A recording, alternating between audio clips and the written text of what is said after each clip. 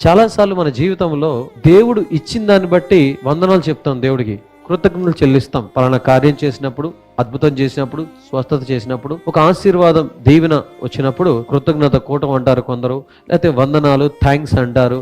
అంటే దేవుడు చేసిన దాన్ని బట్టి దేవుడికి వందనాలు చెప్తాం. అది ఒక ఎత్తు.